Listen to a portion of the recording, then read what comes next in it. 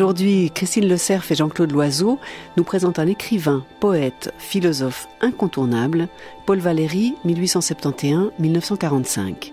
Une vie, une œuvre, une proposition de Mathieu Garrigou-Lagrange.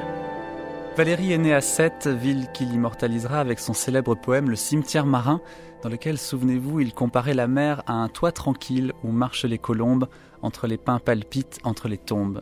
C'est dans ce cimetière marin de Sète qu'il repose aujourd'hui, après avoir été l'un des derniers poètes français à connaître des funérailles nationales. C'était à la demande de Charles de Gaulle, quelques semaines à peine après la fin de la Seconde Guerre mondiale.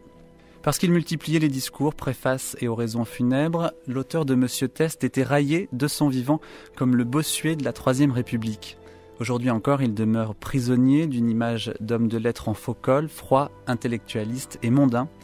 Et c'est pourtant un Valéry sensuel et paradoxalement moderne que nous propose de découvrir aujourd'hui Christine Le Cerf dans une émission réalisée par Jean-Claude Loiseau. Mesdames, Mesdemoiselles, Messieurs, veuillez écouter un message de M. Paul Valéry de l'Académie française. Mesdames, Messieurs. Le Valéry que les gens connaissent, c'est finalement le Valéry scolaire. Il faut être lucide, c'est le cimetière marin, quelques autres poèmes de charme, parfois un morceau de la Jeune Parc ou de l'album de vers anciens, la soirée avec Monsieur Test, Benoît Peters. Voilà, quelques articles. Et là-dessus, cette image un peu poussiéreuse qui s'est appliquée d'un poète d'autrefois, post-Mallarméen sans avoir la radicalité de Mallarmé, d'un orateur brillant mais associé à toute la pompe de la Troisième République, enfin quelque chose qui serait comme du Malraux encore plus à l'ancienne, quoi, disons, donc une œuvre vieillissante. Enfin. Le cimetière marin, fermé, sacré, plein d'un feu sans matière. Et même sa tête, son visage un peu sage, ses costumes 3 pièces, sa moustache, ses cheveux gris comme s'il était né vieux. Enfin voilà, Valéry a l'air vieux. Où tant de marbre est tremblant sur tant d'ombre, la mer fidèle y dort sur mes tombeaux. Et je crois que Valéry, c'est absolument autre chose que ça, que c'est... Bon, d'abord, une grande partie de l'œuvre se fait quand il n'est pas vieux du tout. Simplement, il est moins photographié, il est moins connu, il est moins public. Et puis même dans l'œuvre tardive, il y a quelque chose de tout à fait décapant, de tout à fait vif, qui mérite d'être lu et redécouvert. Les morts cachés sont bien dans cette terre, qui les réchauffe et sèche leur mystère. Midi, là-haut... C'est évidemment une voix très emphatique, très datée, qui n'arrange pas le texte. Tête complète et parfaite diadème, je suis en toi le secret changement. Le point délicat, disait-il, c'est l'obtention de la voix. Jean-Michel Maulepoix. Alors justement, c'est pas la voix qui nous est donnée par la nature, en quelque sorte, ou par la culture, parce que ce que nous entendons là, c'est plus la voix de la culture que la voix de la nature, bien sûr. C'est une voix d'époque, on pourrait dire. On a l'impression qu'il fait un discours politique, quasiment. Mais non, l'obtention de la voix, c'est autre chose. Je veux dire, cette façon de nous parler et de chanter dans le même moment. On avait l'impression que c'était un Racine incompréhensible. Bernard de Fallois. Ou un Mallarmé racinien. Alors ce mélange, très spécial à lui, m'impressionnait, me plaisait, sans que j'adhère complètement, parce qu'il n'y avait pas le sentiment. Je n'avais pas compris à l'époque que c'était volontaire. C'est quand j'ai découvert le cimetière marin que j'ai compris qu'il avait le goût de ne pas céder au sentiment. Et que ce poème parnassien sur la mort, le temps, la mémoire, le sentiment de l'éternité devant la mer, était volontairement anti-romantique. Les cris aigus des filles chatouillées, les yeux, les dents, les paupières mouillées, le sein charmant qui joue avec le feu, le sang qui brille aux lèvres qui se rendent, les derniers dons, les doigts qui les défendent, tout va sous terre et rentre dans le jeu. Il y a chez Valéry, au fond, un inachèvement continuel. Jean-Michel Ray. Les textes qu'il écrit sont inachevables. Monsieur Test, il y revient constamment, il y ajoute des suppléments, Léonard de Vinci également.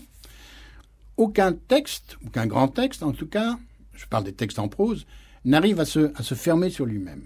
pour le dire en un mot, j'ai l'impression quelquefois qu'on a laissé l'œuvre s'endormir. C'est une belle au bois dormant qui attend le moment où la postérité parviendra à la réveiller et à la donner à lire comme un des ensembles majeurs de la modernité, comme une œuvre qui annonce Blanchot, Barthes et bien d'autres.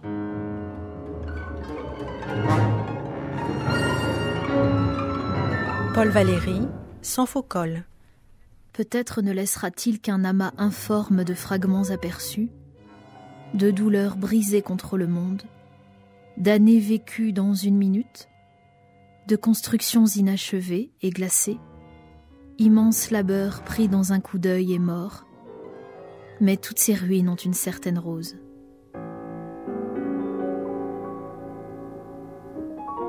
Enfant, Paul Valéry avait toujours une fenêtre qui donnait sur la mer. Il regardait les vagues, dessinait leurs mouvements toujours recommencés et courait s'y plonger avec volupté. Quand je regarde la mer, je vois une phrase, une danse, un cercle. Chaque jour, avant d'enfiler son habit de poète ou d'académicien, Paul Valéry a continué de se livrer à ce qu'il appelait ses exercices matinaux d'athlétisme dans les choses mentales et verbales. Ce Robinson de l'esprit se retirait alors dans son île, écrivait pour lui, enchaînait les figures sans idée préconçue ni volonté de publier, laissant librement et infiniment se faire, se défaire et se refaire le style de ses pensées. Le reste de la journée, l'homme public écrivait au grand jour et publiait ce qu'il appelait ses restes ou ses déchets. Fils spirituel de Stéphane Mallarmé et contemporain du philosophe Ludwig Wittgenstein, Valéry savait combien la beauté d'une œuvre se révèle dans sa part cachée, c'est-à-dire non écrite.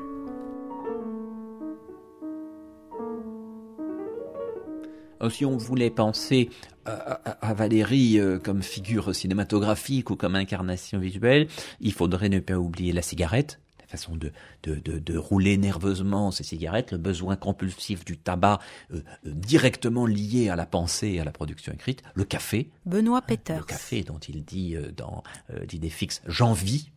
Donc le café, c'est l'énergie, c'est la rapidité du trait, c'est la nervosité extrême. Et puis une autre chose qui est la toux. Valéry est un mal portant. Il parle vite, il lui arrive de bafouiller, mais surtout il tousse. Il tousse énormément.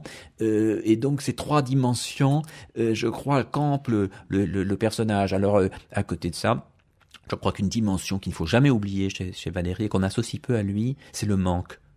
C'est quelqu'un qui a toujours été dans une certaine pénurie, notamment sur le plan financier, qui a couru derrière l'argent, en vivant dans un milieu beaucoup plus riche que lui. Tous ses amis, tout son entourage, et même le monde de son épouse, est un monde beaucoup plus riche que lui. Il doit donc tenir une apparence bourgeoise, alors que de l'argent, il n'en a pas. Il en est réduit à un moment à fabriquer de faux manuscrits, parce qu'une bibliophilie s'est développée autour de lui, et donc autant ses livres se vendent peu, autant ses manuscrits se vendent cher. Et il voit que certains amis à qui il en avait offert les ont vendus, et lui va fabriquer, c'est une métaphore fascinante pour la critique génétique, il va fabriquer des manuscrits a posteriori de la Jeune Parc ou de Charme, ce qui fait qu'on a plusieurs variantes avec des ratures rajoutées contradictoires. Celui qui trouverait toutes les choses serait confronté à la fois à des manuscrits qui ont favorisé la venue du poème et des manuscrits reconstitués après coup qui défont le poème. C'est une image absolument merveilleuse et en même temps triste, parce qu'on voit que Valéry en est réduit à devenir faussaire de lui-même pour vivre. Alors certains, et Catherine Pozzi notamment, ont eu parfois un jugement dédaigneux là-dessus, l'ont vu comme âpre au gain, négociant ses prix pour chaque conférence, pour chaque préface, etc. Mais il faut juste voir que c'est un homme sans la moindre fortune, alors que beaucoup de littérateurs de ce temps, à commencer par Proust et Gide, sont des rentiers. Et lui n'est pas un rentier, c'est quelqu'un qui va devoir monnayer son talent et qui va souffrir de devoir le monnayer, qui va souffrir d'être parfois comme un mendiant des lettres. Et les honneurs qu'il aura sont des honneurs très très tardifs. Le Collège de France en 1937, le Centre universitaire méditerranéen, etc. Ce n'est pas l'avidité qui l'a poussé à ça, mais simplement le besoin. Et il y a des lettres pathétiques pendant la guerre où il échange ses droits d'auteur contre, je sais plus, à un moment, il demande à son éditeur portugais, je crois, de lui envoyer des chaussures. Il n'a plus de chaussures, ses chaussures sont complètement élimées. Il dit, ne me payez pas mes droits d'auteur, mais voilà, j'ai ma pointure et celle-ci, si vous pouvez m'envoyer une paire de chaussures. On raconte des histoires de Valéry invité à des dîners sous l'occupation et mangeant avidement, parce qu'il était vraiment dans le manque d'un Valéry n'arrivant plus à se chauffer. Bon, bien sûr, les privations n'étaient pas que les siennes, mais quand on pense à son niveau de gloire, on peut se dire il était ailleurs, il était préservé du souci matériel dans ces dernières années. Non, certaines des préfaces et même la traduction des bucoliques de Virgile, etc., ce sont aussi des besognes alimentaires qu'il accomplit à 70 ans passés. Alors, on vous écoute, Jean-Michel Maulepoix. J'aime Valéry pour toutes les raisons que l'on peut avoir de l'oublier.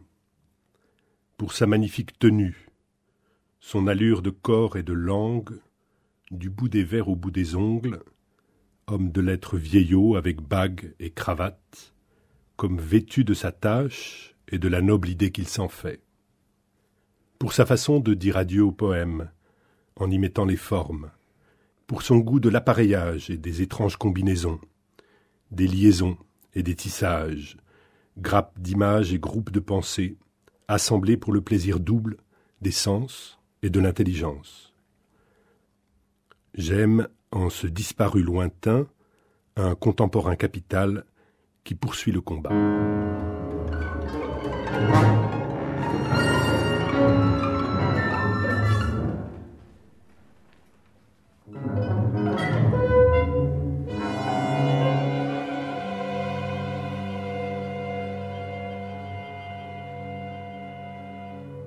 Jean-Michel Maulepoix, est-ce que vous auriez un poème préféré de Paul Valéry? J'ai plusieurs poèmes préférés de Paul Valéry. Il y aurait des poèmes préférés pour différentes circonstances. Un poème préféré pour ce qui est du sentiment, ce serait Les Pas, tes pas enfants de mon silence. Le poème préféré pour ce qui est de la lumière, ce serait peut-être Les Grenades. Le poème préféré pour l'amplitude, ce serait La Jeune Parc ou Le Cimetière Marin, mais j'aime beaucoup ce petit appareil de quelques vers qui s'intitule dans Charme intérieur, et qui est une curieuse scène d'intérieur. On y voit, chose assez inattendue dans un intérieur bourgeois du début du XXe siècle, une esclave aux longs yeux chargée de molles chaînes, une servante donc, qui est en train de faire le ménage. Une femme de ménage, mais décrite par Valéry comme une espèce d'esclave exotique, on pense à Baudelaire par exemple, évidemment, qui est en train de veiller à la transparence, à la propreté et à la transparence du lieu. Elle procède en quelque sorte au nettoyage de la situation verbale, pourrait-on dire, enfin elle procède au nettoyage de la maison, mais l'intérieur que Valéry décrit là est très étrange parce que c'est évidemment un intérieur bourgeois, avec des glaces, avec un lit, avec des fleurs, mais c'est aussi la tête, la pensée, et je ne peux pas m'empêcher d'entendre ce poème, et c'est pour ça que je le préfère à tous les autres, quelque chose comme le rôle de la poésie à l'intérieur de la pensée. Pour traduire ça simplement, la poésie serait la docile servante de la pensée, mais plus encore, une sorte de demoiselle de cristal qui, dit-il, passe entre mes regards sans briser leur absence. C'est-à-dire qui ne dérange en rien, qui se rend quasiment invisible, qui ne dérange en rien la réflexion du poète-penseur. Valéry est un jeune poète prodige, timide, impressionné par À rebours de Huysmans et fasciné par Mallarmé qu'il a découvert à travers À rebours et qui produit très très tôt, dès 17 ans, des poèmes absolument remarquables, absolument éblouissants. Mallarmé lui répond tout de suite de manière très touchée. Valéry, qui entre-temps devient ami avec Gide et Pierre-Louis, se rapproche de ce cercle mallarméen et va devenir le proche entre les proches des dernières années. Il est celui sur qui les muses se sont penchées, le jeune poète symboliste auquel tout sourit. Mais de cette voie, il va se détourner très vite par un moment mythique, à 21 ans, la fameuse nuit de Gênes. Alors qu'est-ce que c'est la nuit de Gênes ? Il est dans une chambre à Gênes par une nuit d'orage. un orage extrêmement violent, il a une illumination, il dira plus tard « j'adore les éclairs ». C'est très bref, très intense, absolument suffisant. Ce qui est une belle définition de sa prose, très souvent. Et dans ces éclairs, en un éclair, Valéry voit que pour la poésie, il ne serait peut-être qu'un sous-Mallarmé. Et d'une certaine façon, donc, il a pensé qu'il fallait mettre un coup d'arrêt. Michel Jarty. En fait, cette crise de Gênes ou pas de Gênes, elle a duré, si vous voulez, très longtemps. Sans doute commence-t-elle en 1891, et puis elle ne s'achève véritablement que, je dirais, en 1894. Donc c'est une très très longue crise, une sorte de marasme intérieur. Alors, Valéry a dit qu'il avait cessé d'écrire des vers à partir de cette date. Bon, ça n'est pas tout à fait exact. Certes, il y a eu un ralentissement très net de son activité de production poétique, mais il a continué à écrire quelques poèmes. Et puis, il a écrit, évidemment, en 95 et 96, ces deux grands textes que sont l'introduction à la méthode de Léonard de Vinci et la soirée avec Monsieur Tess. Mais ce qui me paraît intéressant, si vous voulez, c'est qu'il a reconstruit cette nuit de Gênes très tardivement, et en particulier, c'est très frappant, il en a tracé un petit mémorial au présent, cette nuit d'orage, éclair partout, etc. Et ce texte, en réalité, est écrit dans les années 1930. On évoque toujours la figure de Mallarmé pour le jeune Valéry. Il a lui-même entretenu cette image. Mais probablement aussi décisive a été l'influence de Rimbaud. Et de Rimbaud à la fois comme poète, notamment les Illuminations, qui sont pour lui une expérience décisive et une des raisons de l'arrêt de la poésie chez Valéry. Il voit là quelque chose qu'il ne pourra pas faire, un monde qui le fascine et qui lui semble inaccessible, mais aussi la dimension de l'arrêt radical. Rimbaud, biographiquement, le stupéfie, comme sans doute il a stupéfié Mallarmé. L'homme qui a tourné le dos à la poésie. Et quand de jeunes poètes, Saint-John Perse, enfin Alexis Léger qui deviendra Saint-John Perse, puis André Breton, lui écrivent et viennent le voir alors que Valéry a à peu près 35 ans, enfin l'âge à peu près de Rimbaud quand il meurt. Mais on a donc un Rimbaud toujours là mais qui ne publie plus rien, mais dont quelques poèmes sont reparus dans des anthologies. Ils ont l'impression d'avoir la figure de l'écrivain suprême, celui qui a porté l'idée de la littérature tellement haut qu'il a renoncé à écrire.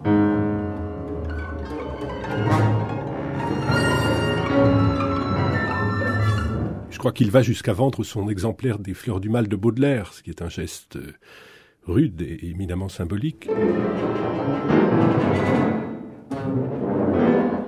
Mais dans cet adieu, il y a aussi un profond dégoût pour, dit-il, la cuisine gargotière des rimailleurs.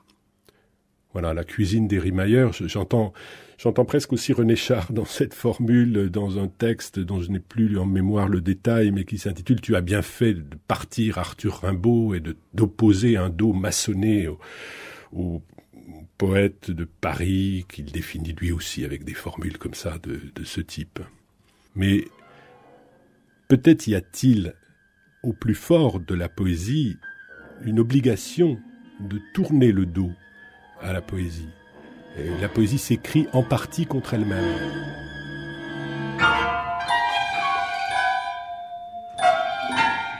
Valéry dédaigne ce qu'il fait le mieux, dédaigne les gens de lettres, déteste la détestable profession d'homme de lettres, les discours de circonstance, les obligations, et en même temps, il s'en accommode plus que d'autres. Et il travaille sans arrêt à la commande parce que la commande va le faire vivre, etc. Donc c'est une ambivalence extraordinaire. Il emploiera aussi cette expression à son propre propos. Maintenant que je suis devenu le Bossuet de la Troisième République. André Gide, 1949. La conversation avec Valéry, eh bien, je mettais quelquefois 10 jours à m'en remettre. Parce que j'avais l'impression, d'abord qu'il avait toujours raison. Et que ce pourquoi je peinais, je travaillais, ce qui était ma raison de vivre, eh bien, c'était pour lui ce qu'il considérait comme, disons le mot, de la foutaise. Eh bien, j'avais beaucoup de mal à me remettre de cela. À Valéry Larbaud, 20 avril 24. Mon cher ami, j'aurais bien voulu que nous fondassions une revue où il n'y aurait pas eu à écrire. Vous sentez quel avantage? Lecteurs, auteurs, tout le monde content. On aurait pu réaliser ce que j'avais imaginé quand j'avais 23 ans et la phobie du porte-plume. Je voulais faire une revue de 2 à 4 pages. Titre, l'essentiel. Et rien que des idées, en 2 ou 3 lignes. Rien que du maigre. On aurait signé en initiales, par économie. C'est une correspondance comme je les aime, c'est une correspondance qui n'a pas été conçue pour être publiée. Benoît Peters. Chez Gide, on sent quelquefois une surveillance de la correspondance qui fait qu'il sait déjà qu'elle appartient à l'histoire littéraire. La correspondance de Valérie ne craint pas du tout les formules les plus libres, le ton le plus emporté, les jugements les plus caustiques, les plus injustes, et puis d'ailleurs je m'en fous, qui la ponctue régulièrement. Mais c'est une correspondance d'écrivain, c'est-à-dire que jusque dans son apparente nonchalance, elle est profondément écrite, remplie de bonheurs verbaux, et puis surtout elle nous révèle un être beaucoup plus compliqué que celui qu'on croit, ce rapport tourmenté, malheureux à l'écriture, cette hantise d'une œuvre qu'il voudrait faire et qu'il sait qu'il ne fera pas ou qu'il se résigne à n'avoir pas faite, ce rapport souvent douloureux et difficile aux honneurs, aux obligations, à la nécessité de gagner sa vie, à une prose qui pour lui est toujours un peu de circonstance et toujours un peu subie, et en même temps, à travers ça, un être fondamentalement vivant. Mes désirs, gardez les vôtres, comportez contre Dieu, je ne peux rien devoir, je m'adore à l'égard, je prétends à l'extrême. Sur la cantate du Narcisse, Paul Valéry, 1941.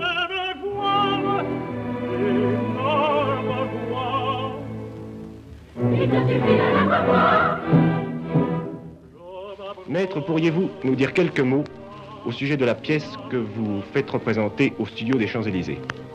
Eh bien, je trouve que le mot pièce est un mot considérable. En réalité, M. Franck a eu l'idée de mettre sur la scène un libretto que j'ai écrit il y a déjà 2 ou 3 ans pour Madame Germaine Taillefer. C'est une cantate, un libretto que j'ai fait par conséquent pour être mis en musique, mais il m'est arrivé, en l'écrivant, de m'égarer et de faire ce que je ne voulais pas faire. Je voulais faire une pièce en vers libre, en vers bon à être mise en musique, et il est arrivé que j'étais tenté par l'alexandrin et que je l'ai faite presque entièrement en alexandrin.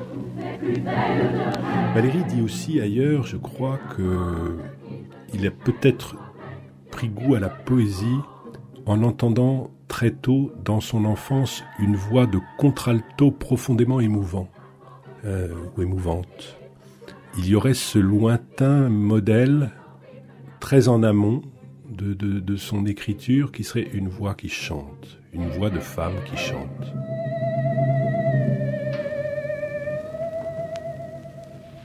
C'est en somme une petite anecdote, si vous voulez, sur le sort du malheureux Narcisse. J'ai mis en scène des nymphes qui l'entourent, qui le tentent. Il ne veut pas se laisser tenter. Il est battu par elles, qui sont très furieuses, n'étant pas ainsi appréciées. Et en somme, à la fin, il est puni par les dieux d'avoir renoncé à l'amour ordinaire et se voit changer en fleurs. Voilà à peu près toute la pièce, ce n'est pas grand-chose. Il y a chez Valéry, dans sa jeunesse, une sentimentalité qui l'effraie. Il va se rendre à peu près fou pour une femme qu'il n'a jamais abordée. Dans sa jeunesse, Madame de R, comme il l'appelle, dans quelques rares lettres, dans ses cahiers personnels, Madame de Rovira, en fait, une dame qu'il croise à Montpellier, sur laquelle il fantasme, et qu'il croit reconnaître à Paris, alors qu'il se rend compte que c'est impossible, et il se dit, je délire. Et d'une certaine façon, le rejet de cet amour coïncide avec le rejet de la poésie, d'une certaine sentimentalité, d'un certain rapport au lyrisme, qu'il est ce qu'il va dénigrer dans la poésie. Il y a dans les textes très décapants de Valéry sur la littérature et la poésie le rejet de toute la part, disons, lamartinienne de la poésie, comme ça, l'épanchement lyrique, mais parce que cet épanchement lyrique fait partie de lui, parce que la sentimentalité désordonnée fait partie de lui. Donc Valéry n'est pas froid, c'est quelqu'un qui veut s'amputer de la part la plus brûlante qu'il a. Ça, c'est très important. Si on ne comprend pas cette dimension, que ce que Valéry rejette, c'est d'abord quelque chose qui fait profondément partie de lui, on ne comprend rien. Journal d'Emma, nièce de Monsieur Test. Éléments physiques. Mes seins m'étonnent. Il me semble qu'ils sont beaux. Mais que font sur moi ces belles formes de chair ? Après tout, ce que j'appelle mon corps, c'est le fruit d'une quantité de découvertes. A-t-on jamais fini de s'explorer ? Parfois, un geste improvisé, un mouvement qu'on fait pour ne pas tomber, vous donne la sensation du tout nouveau en vous. Et l'amour, ou du moins ce que les gens appellent ainsi. Bernard de Fallois, est-ce que ce serait exagéré de dire de Valéry qu'il était un grand cavaleur ? Ah non, pas du tout. C'est en tout cas la réputation qu'il avait. Enfin, je n'ai reçu aucune confidence de lui. Mais je sais que quand j'avais 16 ou 17 ans, c'était la réputation de Paul Valéry. Et c'est un fait que cet ennemi de la passion, qui, mystérieusement, à l'âge de 18 ans, comme dans une sorte de crise spirituelle, découvre qu'il a honte lorsqu'il est amoureux passionnément, de ce que ça représente comme perte de son autonomie, comme abandon de son esprit, et qu'il décide de ne plus jamais être amoureux, il ne faudrait pas confondre cela avec une adoption de la chasteté. Il a toujours été très sensuel, il l'a toujours exercé, et dans les années qui ont précédé les première passion qui date de l'après-guerre, il n'a pas du tout été quelqu'un qui était indifférent à l'amour. Mais il y avait l'esprit, les sciences, le travail, toutes les réflexions auxquelles il se livrait. Il y avait les plaisirs de la chair, mais il n'y avait pas la passion dans laquelle il voyait un danger et même une humiliation. Un jour, quelqu'un m'a saisi et m'a voulu toucher un peu partout. C'est drôle. Ce jour-là, mon corps était bien moi. Et j'ai crié. Un autre jour, quelqu'un m'a saisi et m'a voulu toucher un peu partout. Ce jour-là, mon corps n'était pas de moi. Et je n'ai rien dit. Il va y avoir, à ce moment-là, la rencontre avec Catherine Pozzi, cette histoire d'amour déchirante avec une femme brûlante, une femme quasi mystique, une femme qui l'aime, le hait, le méprise pour sa mondanité, une femme qui joue avec lui, mais lui n'est pas non plus à la hauteur au moment où elle est malade et où elle est en train de se liquéfier. Mais il y aura beaucoup d'autres histoires amoureuses, de plus en plus pathétique à mesure qu'il vieillit. Catherine Pozzi lui résistait. Bernard de Fallois. Il a même, si je ne me trompe, essayé d'aller la rejoindre dans le Midi et d'entrer par effraction, peut-être par la fenêtre, chez elle. Enfin, c'est pas du tout l'image qu'on se fait de l'académicien sérieux, etc. Donc il faut qu'il ait été très passionné. Mais Catherine Pozzi, par ce que j'ai appris d'elle en interrogeant les gens qui connaissaient sa vie, était une dame qui avait son caractère, qui n'avait pas du tout envie d'être la disciple de Paul Valéry, qui estimait même qu'il lui devait quelque chose, au moins autant qu'elle à lui, et qui le repoussait comme amoureux. Alors ça n'avait pas mis fin à sa passion, au contraire, il a été très malheureux, mais ça a été certainement la grande passion qu'il a eue pour la première fois et à laquelle il a cédé. Journal d'Emma, élément physique. Mon corps, je ne sais rien au-delà de lui. Il est ma science, et je crois bien la limite de toute science. Lui, ses affaires, ses gènes, ses besoins et leurs ennuis, ses régularités et leurs écarts, ses digestions, ses règles, et les sales détails humides de l'amour. Pourquoi sale ? Et quoi donc est sale ? Sale ? Manger ? Respirer ? Ce qui entre est plus sale que ce qui sort, car ce qui sort de l'homme est pur, élaboré, produit savant d'une industrie très compliquée.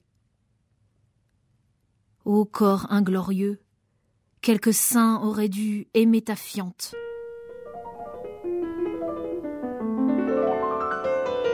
Pendant des années, toute la part de sentimentalité a été chez lui profondément refoulée, et quand elle revient de manière débordante. Alors, d'immenses correspondances amoureuses, dont on connaît des fragments. Bon, une partie des lettres qu'il envoyait à Catherine Pozzi, la plus grande partie a été détruite, mais il y en a quand même suffisamment qu'on a retrouvées. Mais il y a des lettres à René Vauthier, il y a des lettres à Émilie Noulet, une critique belge, une spécialiste de Valérie, avec laquelle il y a une correspondance amoureuse et érotique qui n'a jamais été publiée, qui est très étonnante. Enfin, Valérie, coquin, canaille, fripon. Enfin, c'est vraiment, c'est assez drôle. Et puis la fin avec Jean Voilier, donc cette femme tout à fait étrange, qui est le dernier amour de Valérie à la fin des années 30 et pendant l'occupation. Et on peut dire qu'il meurt de chagrin d'amour. Il se laisse mourir au moment où elle épouse Robert de Noël, etc. Et là, Valérie se laisse couler.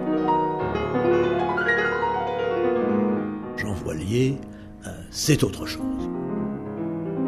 Bernard de Fallois, Jeanne Loviton, Jean Voilier, qui se cache derrière ce personnage? Eh bien, une personne très singulière, extraordinairement douée, qui a suscité l'amour et qui a eu des liaisons avec des gens tous remarquables, c'est-à-dire aussi bien Alexis Léger que Jean Giraudoux, c'est-à-dire des gens toujours extraordinaires. Et vous dites de cette femme qui a 35 ans que toutes les autres, comparées à elle, n'étaient que des brouillons. Oui, ce que je veux dire, c'est que il va construire cet amour de Jean Voilier comme une œuvre véritable. Et ce qui m'a frappé, c'est que, d'abord, ces poèmes, les premiers qu'il lui envoie, à sa demande, il commence tout de suite à les évoquer dans ses lettres. Et puis, au bout d'un an ou deux, il commence à lui en parler en parlant d'un recueil. Et ce recueil, il trouve un titre pour le poème. Il dit, on pourrait appeler ça Corona. Ah non, ça sera encore mieux Corona et Coronilia. La grande couronne et la petite couronne. Ah, qu'est-ce que c'est que cette petite couronne? Est-ce qu'il y a une allusion un peu érotique? Ah, c'est pas impossible. Il mêle l'érotisme à cela. Et alors, vous voyez, il m'a semblé que c'était, en enquêteur en quelque sorte, impossible de ne pas voir là la preuve que le poète était réellement revenu. Longueur d'un jour sans vous, sans toi, sans tu, sans nous, sans que ma main sur tes genoux, allant, venant, te parle à sa manière, sans que l'autre, dans la crinière dont j'adore presser la puissance des crins, gratte amoureusement la tête que je crains. Longueur d'un jour sans que nos fronts que tout rapproche, même l'idée amère et l'ombre du reproche, sans que nos fronts aient fait échange de leurs yeux, les miens buvant les tiens, tes beaux mystérieux, et les tiens dans les miens voyant lumière et larmes. Ô trop long jour, j'ai mal, mon esprit n'a plus d'armes, et si tu n'es pas là tout près de moi, la mort me devient familière et sourdement me mord. Je suis entre elle et toi, je le sens à toute heure. Il dépend de ton cœur que je vive ou je meure. Tu le sais à présent si tu doutas jamais que je puisse mourir par celle que j'aimais, car tu fis de mon âme une feuille qui tremble, comme celle du saule, hélas, qu'hier, ensemble, nous regardions flotter devant nos jeux d'amour, dans la tendresse d'or de la chute du jour. Une vie, une œuvre, France Culture s'invite sur Espace 2. 1er juillet 1939, conférence de Paul Valéry. Tout à présent pèse sur la pensée. Intensité et accélération des sensations. Vulgarité et uniformité développées par les moyens mécaniques. Falsification des valeurs par la publicité. Entrave à la libre circulation des idées. Barrière morale de plus en plus haute entre les nations. Volonté organisée d'incompréhension mutuelle. Excitation à la haine et ravalement systématique des choses de l'esprit. Ce tableau, qui est sombre, mais composé d'observations immédiates que j'ai simplement réunies. Il n'y a point de pessimisme dans ma pensée, mais les faits parlent et parlent dans le même sens. Michel Jarty, dans votre biographie consacrée à Valéry, vous apportez un certain nombre de correctifs et notamment à l'image d'un Valéry peu intéressé à la politique ou désengagé. Oui, c'est une question assez compliquée, si vous voulez. Il y a eu, là encore, plusieurs périodes. Valéry s'est intéressé à la politique assez tôt. Et ce qui est intéressant, c'est que lui qui pensait en termes, quand il était jeune, en termes de nation, va penser très tôt, à partir de l'après-première guerre, il va penser en termes d'Europe. Et il va être invité à participer à des commissions culturelles de la Société des Nations, et il va faire partie de ces hommes qui vont chercher inlassablement à rapprocher les peuples d'Europe par la culture. Parce que nous l'avons quand même passablement oublié, nous qui avons construit l'Europe sur le charbon et l'acier, puis ensuite sur le marché commun, en tout cas sur l'économie, il est intéressant de voir qu'il y a eu tout de même ces gens qui, durant l'entre-deux-guerres, voulaient construire l'Europe sur la culture. L'Europe de l'esprit. L'Europe de l'esprit. Et ce que Valéry appelait la politique de l'esprit. Donc Valéry, un Européen avant l'Europe. Tout à fait, un Européen, et un des aspects de cet engagement pro-européen, ça a été qu'il a un peu, si vous voulez, transféré sur l'Europe, si je puis dire, son nationalisme de jeunesse. C'est-à-dire qu'il y a eu, l'expression est évidemment impropre, un nationalisme européen. La pensée politique de Valéry n'est pas du tout une chose fondamentale chez lui, c'est le sous-produit d'une activité mentale qu'il a développé toute sa vie. François Valéry, 1971. Et il l'a appliqué à la politique comme il aurait appliqué à autre chose. Enfin, il a tout de même été un de ceux, ou celui, qui a fait la critique la plus vive de l'histoire. Cette critique de l'histoire lui a donné la possibilité de considérer les événements justement en dehors du cadre historique. Nous pouvons dire, comme Paul Valéry l'écrivait, j'en ai pris note, quelques jours avant de mourir. Il ne faut pas, écrivait Paul Valéry, que périsse ce qui s'est fait. Sa façon d'ailleurs de penser l'Europe menacée, l'Europe se défaisant, est très, très moderne et a inspiré beaucoup d'autres penseurs. On sait que De Gaulle a été profondément marqué et fasciné par Valéry. Bon, Valéry était aussi un ami de jeunesse de Blum, avec lequel il est resté toujours en relation. Il a une petite tendance à être proche des gouvernements, quels qu'ils soient, parce qu'au fond, peut-être, la continuité de l'État et le respect de l'institution lui importe plus que telle ou telle couleur politique. Ce serait son côté, si j'ose dire, chevènementiste.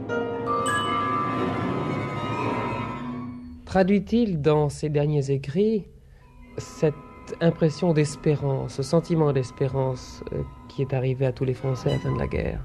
Agathe Valéry, 1969. Oui et non, l'un d'eux est rempli en effet d'air et d'espérance. Je vous le cite, « La liberté d'une sensation, cela se respire. L'idée que nous sommes libres dilate l'avenir du moment. » Mais il y a une autre phrase assez pessimiste, celle-là, ou tout au moins qui met le pays en garde contre les suites d'une victoire, si on peut dire. Et elle est celle-ci, « Que jamais revivant ce qui est aujourd'hui ne te vienne à l'esprit cette lourde parole, à quoi bon ?» Et Paul Valéry concluait, ici s'intégrerait trop facilement une critique de notre enseignement.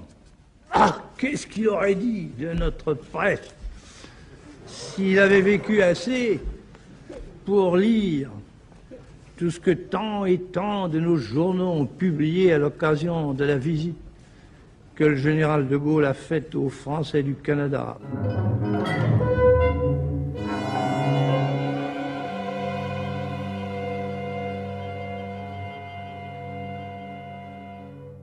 Observation. Je regarde la fumée de ma cigarette posée. Elle est un doux ruban avec des fils sur les bords, qui s'évasent, se noue, se dénoue, fait des nappes à échelons, à tourbillons, etc. Et je suis émerveillé, mortifié de ne pas concevoir comment cette transformation fluide, ce flux de formes et de figures successives, qui s'engendrent si facilement et librement, avec une grâce, une fantaisie, une suite et une continuité, comme une invention, mais perceptible. Je crois qu'une des grandes difficultés pour un lecteur d'aujourd'hui, et particulièrement pour un jeune lecteur, c'est que l'œuvre de Valéry est longue, importante, imposante, mais qu'elle n'a pas de centre. Benoît Peters. Pour beaucoup d'œuvres, pour Proust c'est évident avec La recherche du temps perdu, évidemment, même si le reste des textes a de l'intérêt, mais ça éclaire la recherche.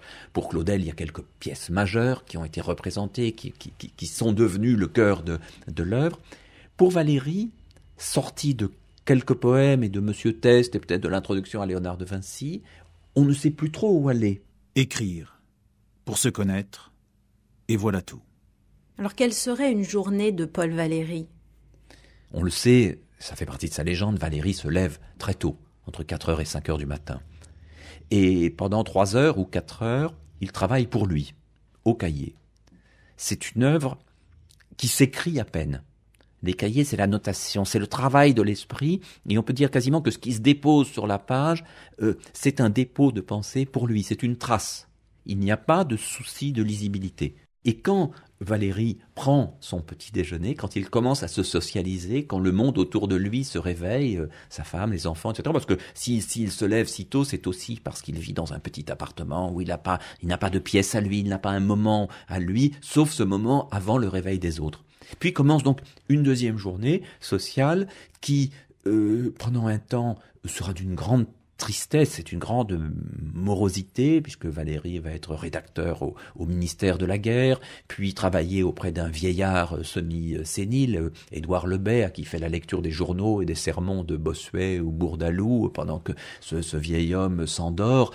Et plus tard, quand il sera devenu écrivain au sens social du terme, donc après 1920, quand il sera même devenu un écrivain célèbre, eh bien, ce temps de la journée, d'après le petit déjeuner, va être d'abord le temps de l'écriture sociale, donc les discours de commande, les préfaces, les rééditions de ses œuvres avec des éléments inédits, parce que Valéry revient toujours sur les mêmes choses. Donc là, c'est un temps d'écriture, de prose ciselée, mais qui est pour lui un projet annexe.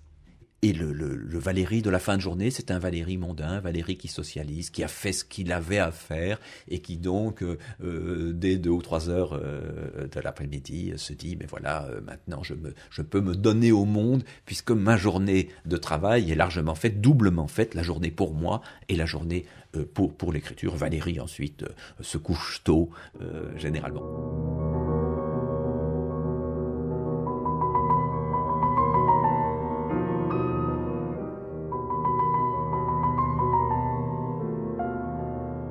Jean-Michel Ray, pourquoi ce titre, l'aventure d'une œuvre plutôt que celle d'un homme qui pense ? Alors l'aventure d'une œuvre, au fond, j'ai voulu dire que chez Valéry, il y a quelque chose de très singulier. Ce très singulier me semble essentiellement lié à la forme des cahiers, c'est-à-dire à cette activité matinale extrêmement puissante. Chaque jour, entre 5 et 7 heures du matin, se mettre au travail sans idée préconçue. Et il me semble, quand on regarde les cahiers, d'abord on est impressionné par le volume, 29 volumes qui font chacun 1000 pages, mais on est surtout impressionné par ce travail d'approfondissement qui ne se répète pas, je crois, par un travail qui essaye un certain nombre d'hypothèses, qui lance des questions, qui n'arrête pas de lancer des questions jusqu'à la fin, et dont l'architecture est quelque chose qui a de quoi à la fois séduire, fasciner, d'autant plus que ça n'est pas un système. Donc on a là une œuvre dispersée en quelque sorte, une œuvre en morceaux, une œuvre en lambeaux, mais une œuvre en lambeaux dont on retrouve continuellement les mêmes formes, des questions identiques en tout cas, et surtout des préoccupations extrêmement précises. Par exemple, des préoccupations qui touchent le statut du livre, le statut de l'œuvre, le statut de la main, qui touchent aussi la politique, les formes de croyances impliquées dans la politique, et qui touchent l'art militaire, etc., etc. Donc toutes sortes de considérations, on pourrait dire liées à des circonstances, mais qui en même temps forment une œuvre très singulière dans le paysage français qui n'a, je crois, aucun équivalent. Faire un raisonnement, un endormement, une surprise, une colère. Cataloguer tous les êtres employés pour exprimer ces états. Les anatomiser. Noter surtout les êtres implicites. Voir les rôles d'image, les interventions, les conditions, restrictions, liaisons dans chaque cas. Indiquer les résidus, les systèmes complets traversés. Mettre sous forme d'opération les changements. il le dit lui-même, il préférait chaque matin se remettre à penser à nouveau frais, plutôt que de penser à ce qu'il avait pu écrire dans les cahiers antérieurs et essayer d'en faire un livre. Michel Jarty. Alors naturellement, ce livre, il a malgré tout essayé de le faire, parce que ses amis l'y poussaient, Catherine Pozzi l'y a incité aussi, mais bon, c'était devenu un travail titanesque. Il s'en est un peu occupé jusqu'à la fin de sa vie, puisqu'il faisait dactylographier ses cahiers, puis il classait les feuillets dans des dossiers thématiques. Enfin, c'était une entreprise titanesque, donc très rapidement, il faisait ça un peu pour se donner l'impression d'avoir de l'ordre, comme il disait, mais il savait très bien que ça ne pourrait jamais aboutir à un livre, et d'ailleurs on a publié après sa mort ses cahiers en facsimilé, tels qu'il les avait laissés, mais il était très, très, très difficile d'en tirer un livre. Mais là encore, c'est la même idée, si vous voulez, que l'écriture, la fabrication, la réflexion qui accompagne l'écriture sont pour lui plus importants que l'idée de faire une œuvre au sens où on veut laisser une œuvre à des lecteurs ou à la postérité. C'était quelque chose qui lui était, sinon indifférent, en tout cas secondaire. Et tout à la fin de sa vie, il est hanté par une sorte de théologie négative littéraire qui est que l'œuvre est ce qu'il n'a pas fait. Il y a un texte très très beau de l'année 1945, quand Valéry est sur le point de mourir, il fait un rêve et je crois un ange vient vers lui et lui dit « Voici ton œuvre ». Et dit-il « Je vis tout ce que je n'avais pas fait ». Et ce que je n'avais pas fait était infiniment beau, infiniment réussi, infiniment accompli. Donc voici ton œuvre, c'est l'œuvre non faite, c'est le remords, c'est l'absence de l'œuvre, mais tout à la fin de sa vie, encore quelques semaines plus tard, une des dernières notes des cahiers dit « Après tout, j'ai fait ce que j'ai pu ». C'est une sorte de réflexion, alors non pas sur l'œuvre comme telle, en tout cas sur l'œuvre achevée, mais plus précisément sur les façons de l'œuvre, sur la manière dont l'œuvre se prépare en quelque sorte, sur la façon dont l'œuvre répond à des questions qu'elle ne connaît pas. Et par conséquent qu'il faut s'interroger toujours en amont des œuvres. Et s'interroger en amont des œuvres, c'est pour l'essentiel s'interroger sur les fonctions du langage. Et là, il y a un savoir qui se met en place, ou une réflexion qui se met en place, qui est contemporaine de celle de Wittgenstein et qui parfois la croise, lui ressemble, alors qu'il s'ignore évidemment complètement. C'est-à-dire essayer de relier différents domaines par le fait donc qu'ils sont en rapport par des actes de langage qui sont analogues, similaires, etc. On considère sa main sur la table et il en résulte toujours une stupeur philosophique. Je suis dans cette main et je n'y suis pas. Elle est moi et non moi. On désire une analyse délicate de ceci.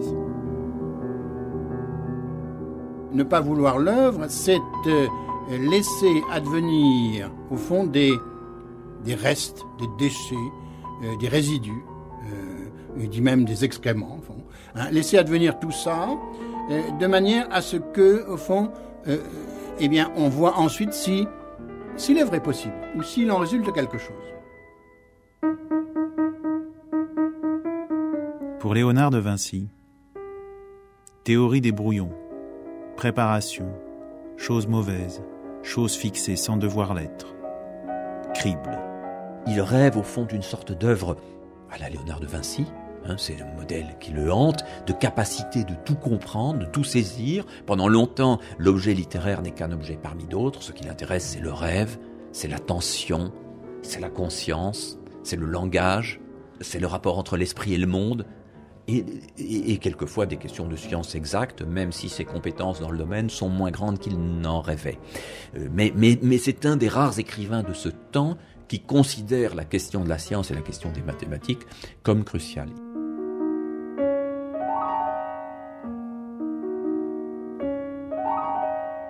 Paul Valéry procède, lui, je crois, à un grand nettoyage. Jean-Michel Maulepoix. Un nettoyage, d'abord ce qu'il appelle le nettoyage de la situation verbale. Volontiers, il applique ça à l'écrivain, au penseur et au poète. Il se compare volontiers d'ailleurs au chirurgien qu'il prend comme modèle. On n'opère pas un patient sur une table malpropre. Et on n'écrit pas non plus en ayant l'esprit embarrassé de toutes sortes d'éléments parasites. Il faut quelque chose comme la constitution, je dirais, d'un lieu de réfraction, d'une chambre claire, peut-être la mise au monde de ce qu'il appelle ailleurs une demoiselle de cristal. Je suis de verre. Je suis de verre, oui. Cette affirmation « je suis de verre », elle viendrait rendre compte à la fois de la vie de l'esprit et de la clarté presque insolente et à force d'être vive, je dirais presque obscure, de la langue de Valéry, surtout dans sa poésie, où il s'agit de mettre en place sur le papier ce que moi j'appellerais de petits appareils optiques. Chaque poème de Valéry est un appareil optique. Il donne à voir un sujet, les grenades, la Pythie, les pas, ou tel autre objet, les platanes par exemple, qui vaut avant tout par la résonance à laquelle il donne lieu sur le papier, dans le langage. Faire résonner intellectuellement et sensiblement, sensuellement aussi bien, un objet.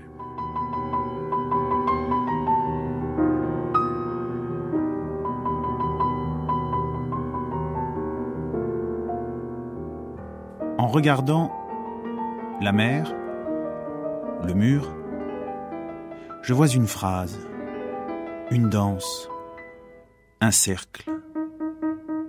En regardant le ciel grand, nu, élargit tous mes muscles. Je le regarde de tout mon corps.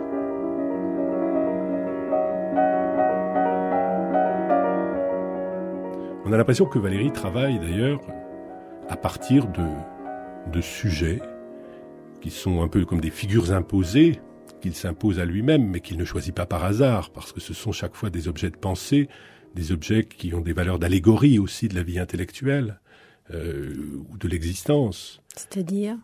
C'est-à-dire, par exemple, je pense aux Grenades, qui est un des poèmes les plus singuliers de ce point de vue, où il traite un objet méditerranéen. On y retrouve une inspiration méditerranéenne, pour reprendre un titre de Valéry, l'inspiration de celui qui a beaucoup fréquenté les rivages de la Méditerranée et pour qui la grenade est d'abord et avant tout un fruit familier. Mais cet objet, il en fait une figure du cerveau humain. Il l'ouvre, il le contemple et à l'intérieur, il observe ces gemmes de rubis.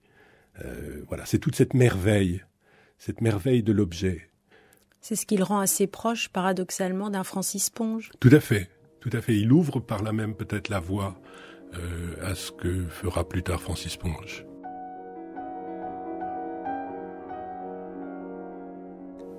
La mer. Pour moi, impression des narines et des poumons. Espace. Dressement des vagues.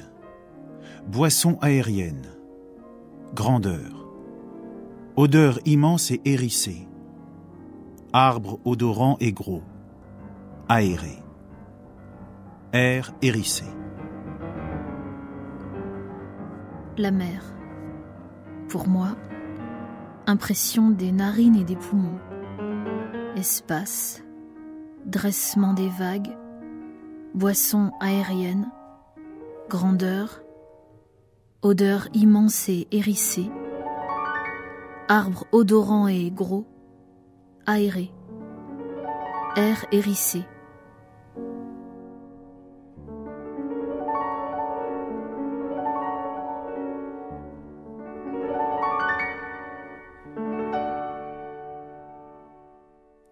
Vous vous souvenez, Jean-Michel Maulepoix, de cette phrase, un regard sur la mer, un regard sur le possible. Est-ce qu'au fond, ce ne serait pas une merveilleuse définition de la poétique ou de la poésie de Paul Valéry ? Oui, le regard sur le possible. C'est vraiment ce qui a passionné, je crois, intellectuellement Valéry, le possible humain. Que peut un homme ? C'est la grande question de Monsieur Teste. Robinson. Solitude.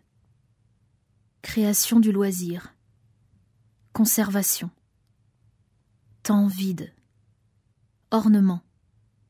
Danger de perdre tête, de perdre tout langage. Lutte. Tragédie. Mémoire. Prière de Robinson. Imagine des foules, des théâtres, des rues. Tentation. Il veut écrire à des personnes imaginées, embrasse des arbres, parle tout seul. Crise de rire. Peu à peu n'est plus soi. Il se développe en lui une horreur invincible du ciel, de la mer, de la nature. Murmure de la forêt. Un pied nu. Psaume de Robinson. Spécialisation des morceaux. Opposition. Réalisation. Bernard de Fallois, grâce à vous, nous pouvons vivre un moment très, très douloureux, très pathétique de la fin de la vie de Paul Valéry. C'est un Paul Valéry qui, malade d'amour, pour se distraire, relit ses derniers vers. Oui, c'est ce qui a peut-être, si j'avais encore hésité avant de publier, c'est ce qui a levé définitivement mon hésitation. Et je me suis aperçu que c'est lui-même qui, à 15 jours de sa mort, tenant en quelque sorte son journal, écrivant pour lui-même, un peu en souriant et un peu en pleurant, parlait à ses vers, s'adressait à ses poèmes, comme on le faisait au Moyen-Âge, et leur disait au revoir, en regrettant de ne pas pouvoir en faire davantage, car il savait qu'il allait mourir. Il étouffait. Et il est très triste, mais il y a un sourire quand même. Il y a le sourire de Paul Valéry, dont l'esprit ne cesse d'avoir une sorte de moquerie familière vis-à-vis de lui-même.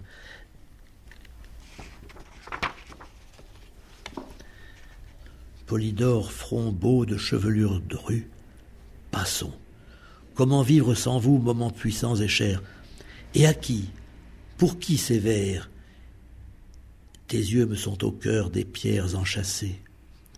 On croirait, c'est Valéry qui écrit, on croirait que c'est fait en 1560 sous l'influence de Pétrarque. Et puis il cite ces vers-ci. Cette adorable loi qui t'ayant faite belle et moi m'ayant fait moi, il fallait qu'en dépit du monde et des années fussent dans l'ombre en fleurs jointes nos destinées. Et voici son commentaire. Ah, je t'en fiche de l'admirable loi. Et il y en a. Et il commente, mes pauvres vers, faits de tout mon art et de tout mon cœur, il faut périr. À présent vous me rendriez ridicule. J'ai cessé de pouvoir dire ces choses. Mon orgueil, ma tendresse doivent ne pas laisser de traces. J'aurais honte d'avoir fait cela. Tresser cette couronne dont vous étiez tous les gemmes, mes vers. Vous n'avez pas mérité d'être rejetés. Hélas, on n'a pas voulu que dans l'avenir, on fût connu pour avoir inspiré ces charmes. Je vous aime bien, mes vers. Rien que de vous voir, je sens qu'il y en eut d'autres encore, bien d'autres. C'est très drôle, les écrivains. Les écrivains sont très marrants.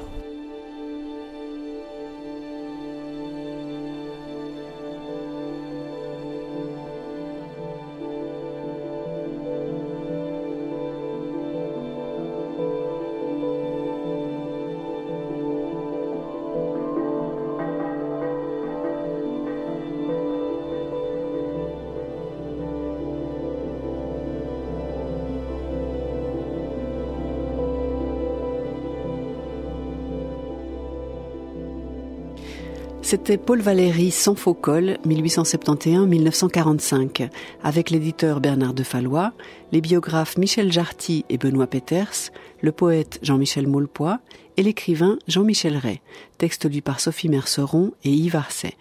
Une émission de Christine Le Cerf et Jean-Claude Loiseau. Demain, vous avez rendez-vous à la même heure avec l'écrivain